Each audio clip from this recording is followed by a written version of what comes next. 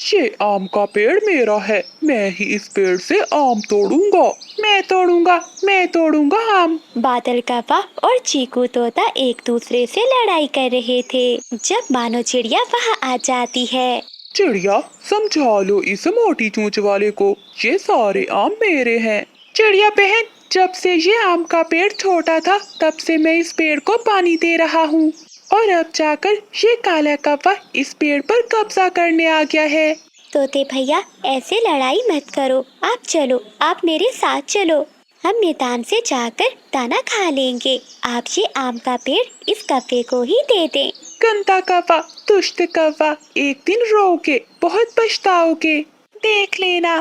फिर तोता मानो चिड़िया के साथ चला जाता है। बादल कौवा आम के पेड़ से सारे आम तोड़ता है और अपने घर की ओर चला जाता है।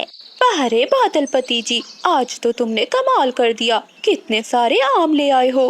जल्दी बताओ कहाँ रखूं, बहुत भारी है। सारे घर में तो भोजन ही भोजन है। अच्छा, तुम ऐसा करो, इस आम को उस अलमारी पर रख दो। काले कौवे ने कुछ चुरा कर, कुछ छीन कर और कुछ इकट्ठा करके अपने पूरे घर को अनाज से भरा हुआ था। तोते से छीन कर लाया हूँ ये आम। पति जी, बहुत अच्छा किया। वो मोटी चोंच वाला मुझे बहुत बुरा लगता है।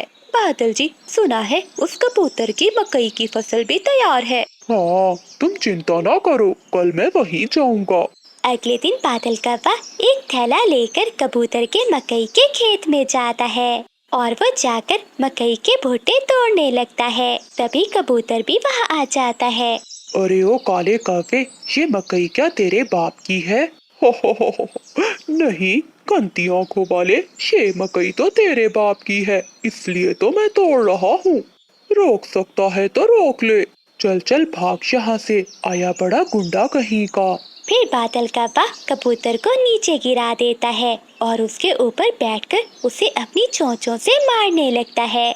बचाओ बचाओ, कोई मुझे बचाओ। कबूतर को मारने के बाद बादल कौवा मकई से भरा हुआ थैला उठाता है और अपने घर की ओर चला जाता है। बहुत भारी है, जल्दी बताओ बिजली, कहाँ रखूं? अब तो घर में जगह नहीं बची है। अच्छा, पहले बताओ तो क्या है इसमें। इस थैले में मकई के भुट्टे हैं, अभी अभी कबूतर के खेत से लाया हूँ। वहाँ संदूक पर रख दो। फिर बादल कौवा वो मकई से भरा हुआ थैला संदूक पर रख देता है। बिजली कभी प्यार से अपने पति से कहती है, बादल, ये जो 3 दिन पुराना अनाज है, ये तुम कल अपनी माँ को दे आना। हाँ हाँ ठीक है। और साथ ही बिजली कभी कहती है, और मकई मेरी माँ को बहुत पसंद है, कल मैं जाकर अपनी माँ को मकई दे आऊंगी। ना ही मैं अपनी माँ को 3 दिन पुराना दाना दूंगा और ना ही तुम अपनी माँ को ये मकई दोगी। ये सुनकर बिजली कभी चुप कर जाती है। मुझे अनाज भोजन जमा करने का बहुत शौक है, तुम देखना एक दिन मेरे घर में दाना रखने को जगह कम पड़ जाएगी। वो दिन तो आने ही वाला है, जरा देखो तो हर तरफ अनाज ही अनाज है। एक बूढ़ी चिड़िया कौवे के दरवाजे पर आती है। बिजली कभी दरवाजा खोलती है। कभी बेटी, मैं बहुत भूखी हूँ, मुझे खाने के लिए एक दाना दे दो। चले भाग बुढ़िया, मेरे पास तुम्हें देने के लिए एक भी दाना नहीं है। बेटी काफी, मैं देख रही हूँ तुम्हारा घर तो अनाज से भरा हुआ है, बस मुझे एक दाना ही दे दो। सुना नहीं, चल भाग यहाँ से। फिर बिजली कभी गुस्से में उस बूढ़ी चिड़िया को धक्का दे देती है। वो बूढ़ी चिड़िया दूर जाकर गिरती है। कभी याद रखना, ये दाना और भोजन ही तुझे लेकर डूबेगा, एक दिन तुम अपने किए पर पछताओगी। कुछ दिनों बाद बादल कौवा चिड़िया के घर जाता है और चिड़िया का बारिशों के लिए जमा किया हुआ सारा भोजन चुरा कर अपने घर ले आता है। मानो चिड़िया शाम को दाना लेकर जब घर आती है तो रोने लगती है। मेरा बारिशों के लिए रखा हुआ दाना कोई चुरा कर ले गया, अब मैं क्या खाऊंगी। बिजली, ये भोजन अब मैं कहाँ रखूं? बादल जी, अब ये भोजन तुम कहाँ से लाए हो। ये भोजन मैं चिड़िया के घर से लाया हूँ। तुम रुको, मैं ये घोंसला उठाती हूँ और तुम यहाँ नीचे रख दो। फिर बिजली कभी अपना घोंसला उठाती है और बादल कौवा भोजन वहाँ रख देता है। रात हो जाती है। कौवों के घर में अब इतनी भी जगह ना थी कि वो अपना घोंसला रख सके। वो दोनों कौवे अपना घोंसला भोजन के ऊपर रखकर ही सो जाते हैं। बादल जी, अब बस कर जाओ, पूरा घर भर चुका है। अब तो घर में ना बैठने को जगह है और ना ही खड़े होने को। हो, देखा ना बिजली, मैंने पूरे घर को अनाज से भर दिया है। वो दोनों कौवे सो जाते हैं। आधी रात को तेज हवा चलती है। कौवों का घर तो तेज हवा के कारण इधर उधर हिल रहा था। थोड़ी ही देर में उनका घर नीचे जमीन पर गिर जाता है। कौवा और कौवी अनाज की बोरियों के नीचे दब जाते हैं। बादल, बादल, कहाँ हो तुम? मैं यहाँ हूँ, बोरी के नीचे। अगली सुबह हो जाती है और जंगल के सभी पक्षी वहाँ जमा हो जाते हैं। अब बताओ कौवे कि ये आम किसके हैं, मेरे या तुम्हारे? तोते, मुझे यहाँ से बाहर निकालो और सारा अनाज ले लो। तोता अपने आम उठाकर ले जाता है। फिर मानो चिड़िया और कबूतर भी अपना अपना अनाज ले जाते हैं। लेकिन वो दोनों कौवे वही बाकी अनाज की बोरियों के नीचे दबे हुए थे। लेकिन कोई भी उनकी मदद के लिए नहीं आता। बिजली कभी तेज बारिश में कबूतर के आमों के बाग में जाती है। कबूतर भैया, मुझे इन आमों के पेड़ से एक मीठा आम तोड़ दो। क्यों? ये मेरे पेड़ हैं, मैंने इन्हें मेहनत से बड़ा किया है, मैं तुम्हें क्यों आम दूं? कबूतर, अगर एक आम दे दोगे तो क्या हो जाएगा?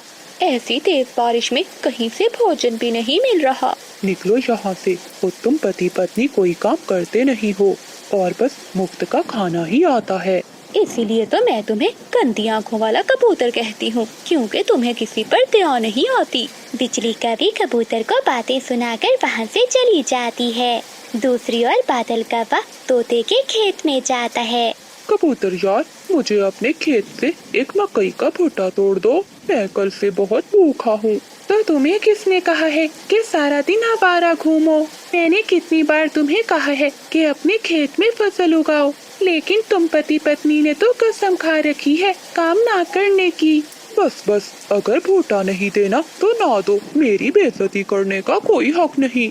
आहा जाओ, नहीं देना मुझे कोई भुट्टा। मेरी पत्नी तुम्हें ठीक ही कहती है, मोटी चोंच वाला तोता। फिर बादल कौवा भी तोते से लड़ झगड़ कर अपने घर चला जाता है। बादल जी, आज मैं कबूतर से मीठा आम लेने गई तो उसने मुझे बहुत सारी बातें सुनाई और एक भी आम नहीं दिया। मुझे भी उस तोते ने अपने खेत से मकई का भुट्टा नहीं दिया। बादल जी, कितना अच्छा हो जाए कि अगर ये सारा जंगल पक्षियों से खाली हो जाए। वो गंदी आँखों वाला और मोटी चोंच वाला यहाँ से चले जाएं। इस तरह जंगल पर हमारा कब्जा होगा। बिजली, बात तो तुम्हारी ठीक है, हमें रोज रोज दाना लेने भी नहीं जाना पड़ेगा, लेकिन हम सब ये करेंगे कैसे? हाँ बिजली, तुम अपनी माँ के पास जाओ, उनके पास तो शैतानी विचार होते हैं, वो तुम्हें जरूर कोई उपाय बताएगी। जब बारिश रुकती है तो बिजली कभी दूसरे जंगल अपनी माँ के पास जाती है और वो अपनी माँ को सारी बात बताती है। बिजली, अगर तुम जंगल खाली करवाना चाहती हो तो उन पक्षियों को बताओ कि आज रात जंगल में तूफानी बारिश आने वाली है। इतना बड़ा तूफान आने वाला है कि जंगल के सभी घर टूट जाएंगे। तुम देखना, वो सब डरकर वहाँ से भाग जाएंगे। लेकिन बिजली बेटी, मेरा हिस्सा देना ना भूलना। हाँ माँ, मैं तुम्हें ही पहले मीठे आम देकर जाऊंगी। फिर बिजली कभी वापिस अपने जंगल लौट आती है। बादल जी, हम ऐसा करते हैं, सबसे पहले जाकर उस मानो चिड़िया को डराते हैं और फिर मानो चिड़िया सभी पक्षियों को जाकर बता देगी। उसकी बात तो सभी पक्षी मानते हैं। फिर बिजली और बादल मानो चिड़िया के घर जाते हैं और दरवाजे पर दस्तक देते हैं। मानो चिड़िया घर से बाहर आती है। अरे क्या हुआ बिजली और बादल, आप यहाँ? मानो बहन, क्या तुम्हें नहीं पता कि आज रात जंगल में क्या होने वाला है? नहीं बिजली बहन, क्या होने वाला है? रात को जंगल में बहुत बड़ा तूफान आने वाला है। मैं और बिजली अपना सामान बांधकर यहाँ से जाने वाले हैं। लेकिन आप दोनों को ये किसने बताया? हमें मौसम का संदेश देने वाला पक्षी बता कर गया है। तुम भी अपना सामान बांध लो और बाकी पक्षियों को भी बता दो। हाँ चिड़िया बहन, जितनी जल्दी हो सके सब यहाँ से चले जाते हैं, वरना सभी मारे जाएंगे। ये सुनते ही मानो चिड़िया जल्दी से कबूतर के पास जाती है। कबूतर भैया, जल्दी से अपना सामान बांध ले, रात को जंगल में तूफान आने वाला है। चिड़िया बहन, अभी अभी तो मेरे खेत में मकई के भुट्टे लगे हैं, मैं अपनी फसल को छोड़कर कैसे जा सकता हूँ।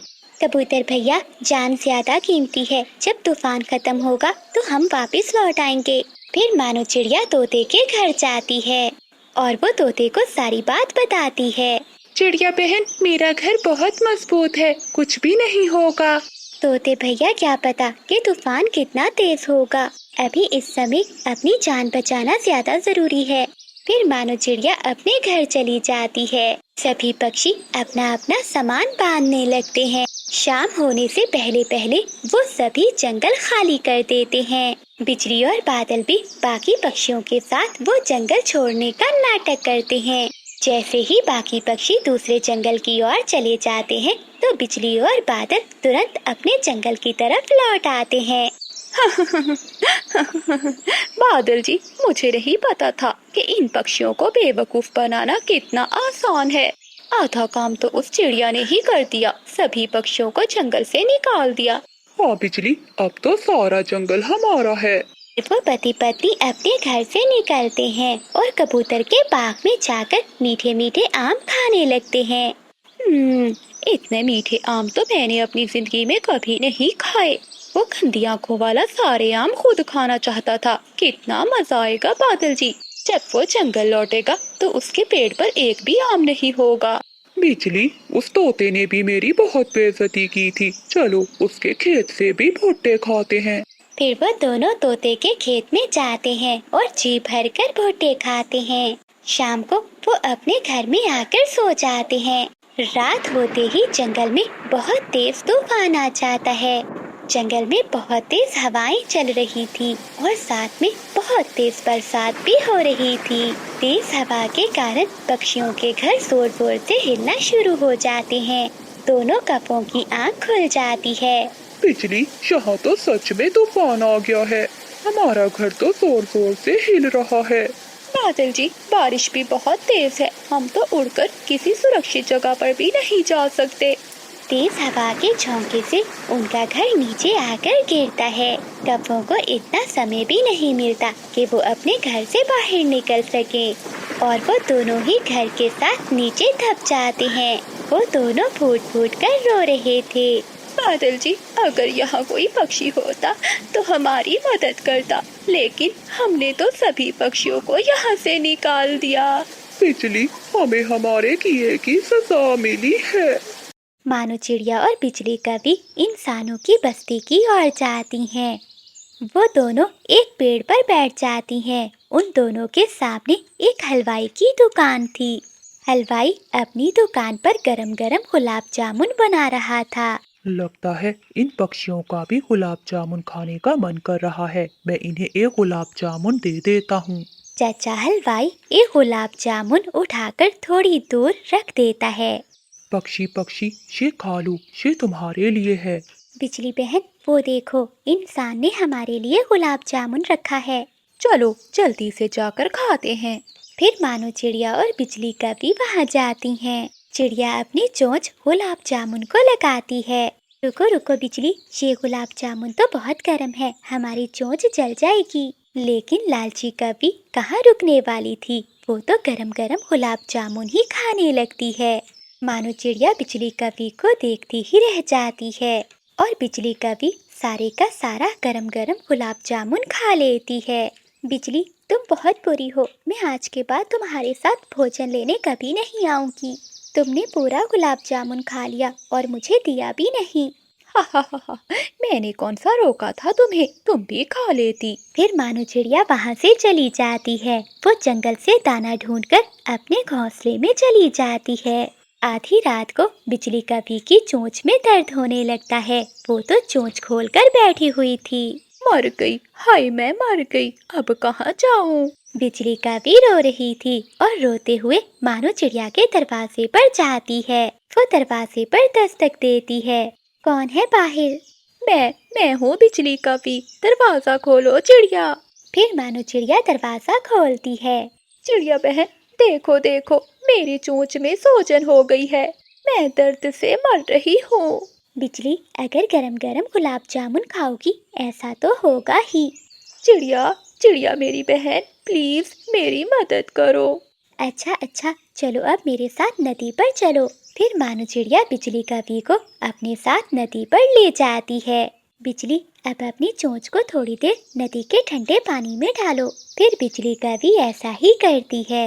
अब जाकर थोड़ा सुकून मिला। अब मैं कभी भी कोई गरम चीज नहीं खाऊंगी। मुझे पता चल गया कि गरम चीज खाने से चोंच में बहुत दर्द होता है। अगली सुबह मानो चिड़िया और बिजली कवि फिर से इंसानों की बस्ती की ओर चली जाती हैं। किसान की पत्नी आंगन में बैठी आलू के पराठे बना रही थी। पक्षियों, ये लो, ये पराठा खा लो।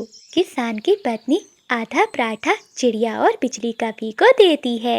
मानो चिड़िया अभी देख ही रही थी कि बिजली कवि जल्दी से वो गरम गरम आलू वाला पराठा खा लेती है। माँ जी, वो पराठा तो इस कवि ने खा लिया, मुझे भूख लगी हुई है।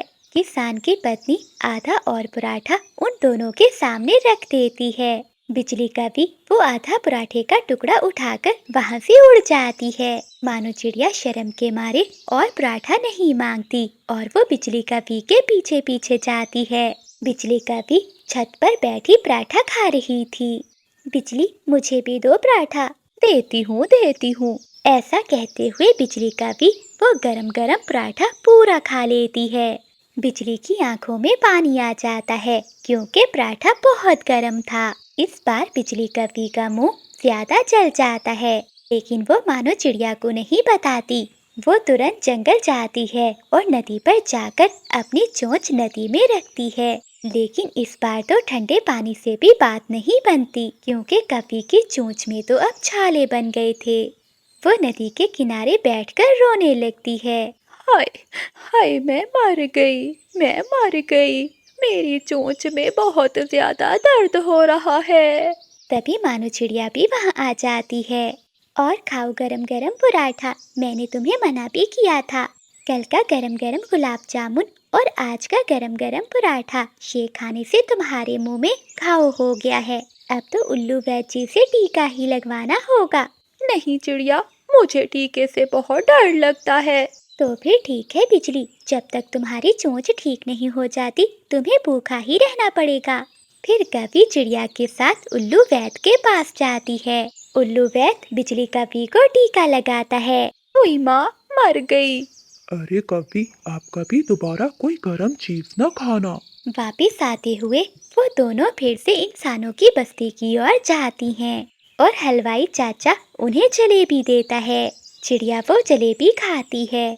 बिजली, ये जलेबी तो बहुत स्वादिष्ट है, लो तुम भी खा लो। नहीं नहीं चिड़िया, ये गर्म होगी, मैं नहीं खाऊंगी। नहीं बिजली, ये ठंडी जलेबी है, तुम इसे खा लो। बिजली कवि अपनी चोंच खोलती है लेकिन उसकी चोंच में दर्द शुरू हो जाता है। बस वो जलेबी को देखती ही रह जाती है और चिड़िया मजे मजे से वो सारी जलेबी खा जाती है। बिजली बहन, इसीलिए तो कहते हैं कि ज्यादा के लालच में थोड़े से भी चाहते हैं। अब दोबारा कभी गरम गरम चीज मत खाना। बिजली रोते हुए अपना सर हिलाती है और वो दोनों सहेलियां वापस अपने जंगल लौट जाती हैं। मानो चिड़िया और बिजली कवि तेज बारिश में दाना ढूंढने अपने घर से बाहर निकली थी। थोड़ी दूर जाने पर ही उन्हें एक मीठा फल दिखाई देता है। बिजली कवि भागकर उस आम के फल के पास जाकर बैठ जाती है। चिड़िया, मुझे आज फिर तुमसे पहले मीठा फल मिल गया है। मेरा जुगनू तो खाएगा मीठा आम और तुम्हारे बच्चे सोएंगे भूखे। बिजली बहन, मेरी नीयत साफ है, मैं हमेशा दूसरों की मदद करती हूँ। तुम देखना, मुझे भी भोजन मिल ही जाएगा। फिर बिजली कवि वो आम लेकर वहाँ से चली जाती है और मानो चिड़िया पूरे जंगल में तेज बारिश में मारी मारी फिरती है, लेकिन उसे कहीं भी दाना नहीं मिलता। वो थक हार कर एक पेड़ के नीचे बैठ जाती है। तभी उसे वहाँ दो दाने दिखाई देते हैं। आज मेरा परिवार पेट भरकर ही सोएगा, कोई भूखा नहीं रहेगा। फिर मानो चिड़िया वो दाने लेकर आगे बढ़ती है। सामने अपने घर के बाहर एक बूढ़ी कभी बैठी हुई थी। वो बीमार थी, वो उड़ नहीं सकती थी।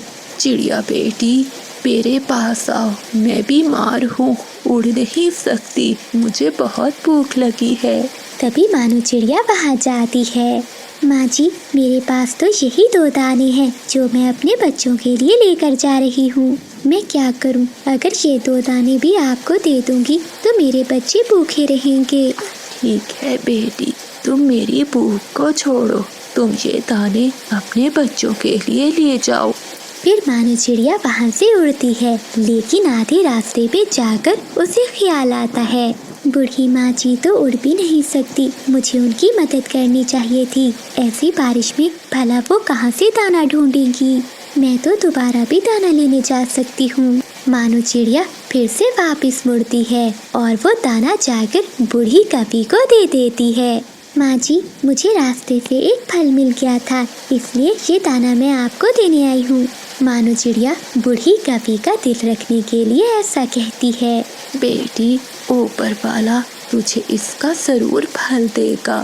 फिर बूढ़ी कभी चिड़िया से दाना लेकर खा लेती है। मानो चिड़िया बहुत उदास थी, वो उदासपन के साथ वहाँ से चली जाती है और वो एक सूखे हुए पेड़ के पास बैठ जाती है। जंगल में बारिश भी हो रही थी और अंधेरा भी बहुत बढ़ चुका था। आज मेरे बच्चों को फिर से भूखा रहना पड़ेगा। मैं बहुत शर्मिंदा होंगी अपने बच्चों से। आज का दिन तो मेरे लिए बहुत बुरा दिन है। चिड़िया चुप कर जाओ। चिड़िया आवाज सुनकर हैरान होती है। अरे पेड़ जी, आप तो सूखे हुए पेड़ हैं, फिर आप बात कैसे कर सकते हैं? चिड़िया, मैं एक सूखा हुआ पेड़ तो हूँ, लेकिन मैं हमेशा दूसरों की मदद करता हूँ। मैं किसी को तकलीफ में नहीं देख सकता। तुमने हमेशा दूसरों की मदद की है, अब मैं भी तुम्हें कुछ देना चाहता हूँ। मेरी पेड़ की खोखर में देखो। फिर चिड़िया उस सूखे हुए पेड़ की खोखर में देखती है, वहाँ तो ढेर सारा भोजन था। ये सब देखकर मानो चिड़िया बहुत खुश होती है। पेड़ जी, क्या मैं कुछ फल अपने बच्चों के लिए ले जाऊं? हाँ जरूर, अगर कोई भूखा पक्षी मिले तो उसकी मदद भी कर देना, क्योंकि मेरा जादू तुम्हें हर रोज भोजन देगा।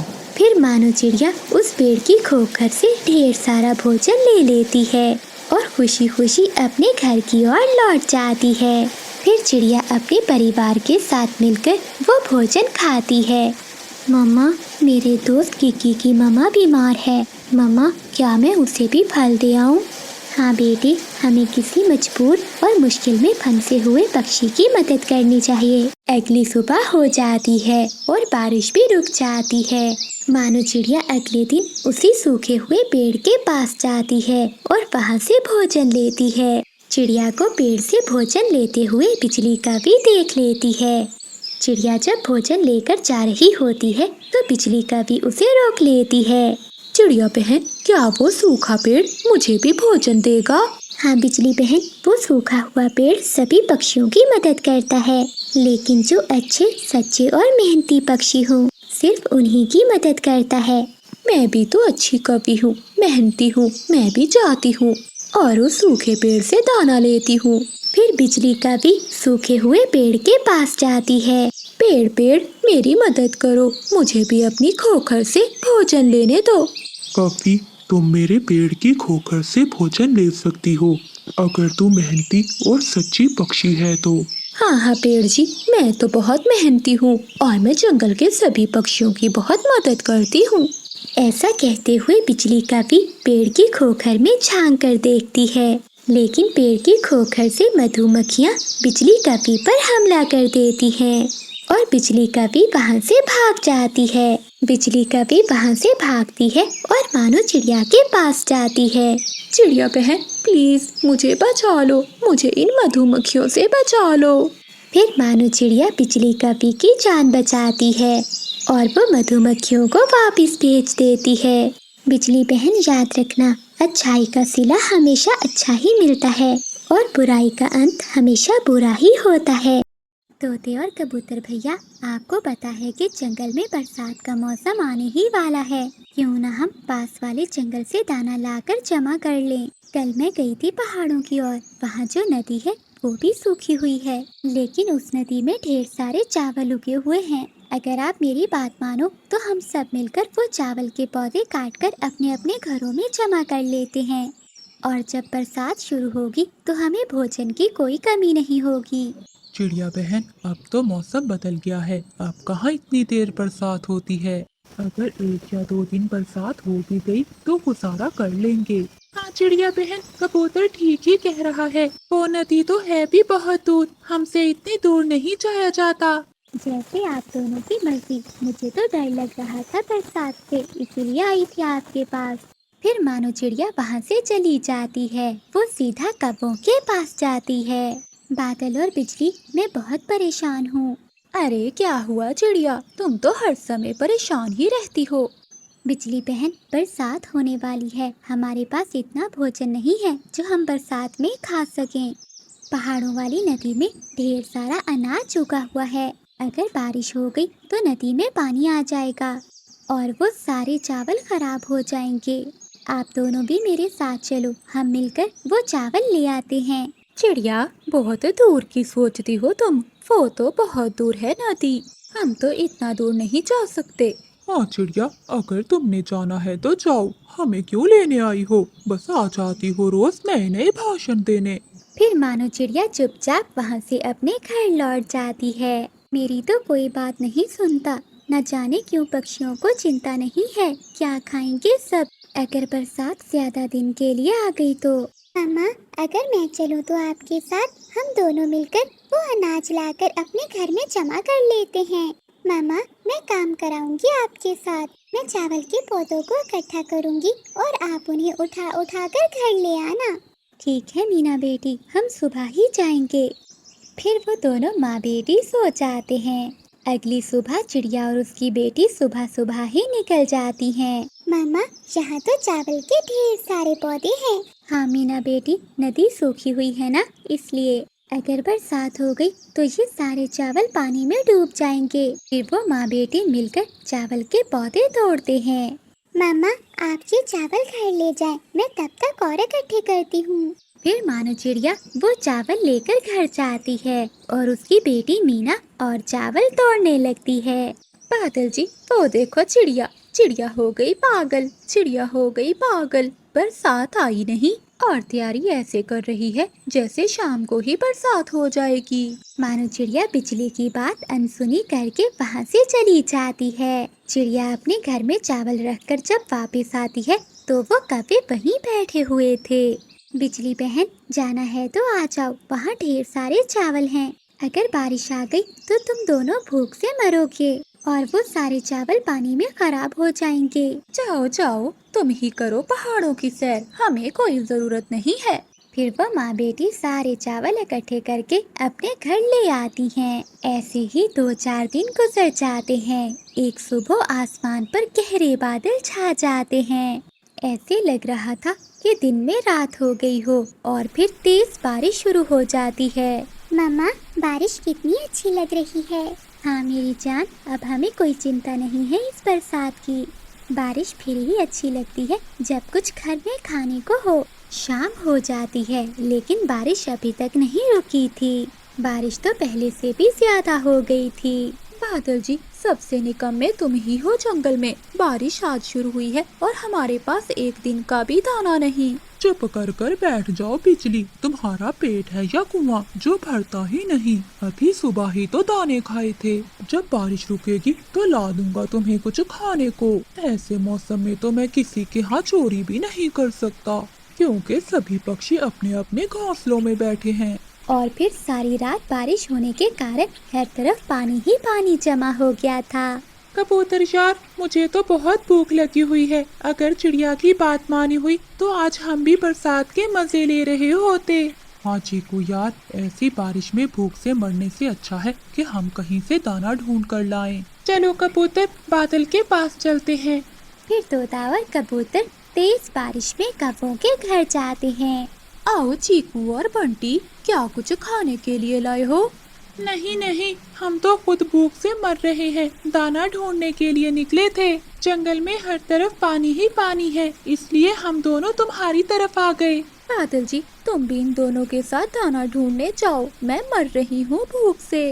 यार कबूतर, जो चिड़िया बता रही थी कि उस सूखी नदी में ढेर सारे चावल हैं, क्यों न हम वहीं जाएं, कुछ न कुछ तो मिल ही जाएगा। हाँ, बात तो ठीक है तुम्हारी बादल, ज्यादा ना सही तो थोड़ा ही सही, लेकिन कुछ न कुछ तो मिल ही जाएगा। फिर वो तीनों तेज बारिश में नदी की ओर चले जाते हैं।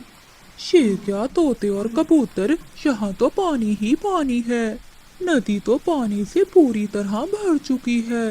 अगर मानो चिड़िया की बात मानी होती तो आज ऐसी तेज बारिश में अपनी जानों को खतरे में ना डालते।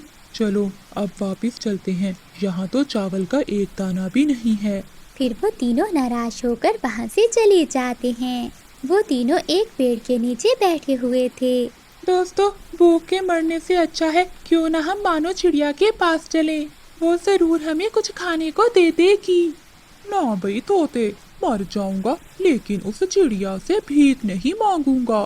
ठीक है काफे, अगर तुमने नहीं जाना तो ना जाओ। चलो तोते, हम चलते हैं। फिर चीकू तोता और बंटी कबूतर दोनों मानो चिड़िया के घर की ओर चले जाते हैं। चिड़िया बहन, हम दोनों बहुत शर्मिंदा हैं, हम भूखे हैं, हमारी मदद करो। कबूतर भैया, उस नदी में इतना ढेर सारे चावल थे कि हम सारी जिंदगी बैठकर भी खाते तो वो कभी खत्म ना होते, लेकिन अब तो पानी भर गया होगा उस नदी में। हाँ चिड़िया बहन, मैं तोता और कौवा गए थे वहाँ तो पानी ही पानी था। आप सबने ऐसी तेज बारिश में वहाँ जाकर बहुत बड़ी गलती की। जंगल के सभी पक्षी मुझसे दाना लेकर जा रहे हैं, आप दोनों भी आ जाते। मैंने कौन सा मना किया है किसी को। शेले तोते और कबूतर भैया, ये चावल आप ले जाएं, अगर खत्म हो जाए तो और ले जाना। चिड़िया बहन, तुम्हारा बहुत बहुत धन्यवाद। फिर तोता और कबूतर वहाँ से चले जाते हैं। उधर बिजली का भी भूख की वजह से मर रही थी। बादल जी, मुझे लगता है मैं भूख से मर जाऊंगी, मेरा शरीर काम नहीं कर रहा। बिजली की ऐसी हालत देखकर बादल कौवा चिड़िया के घर जाता है।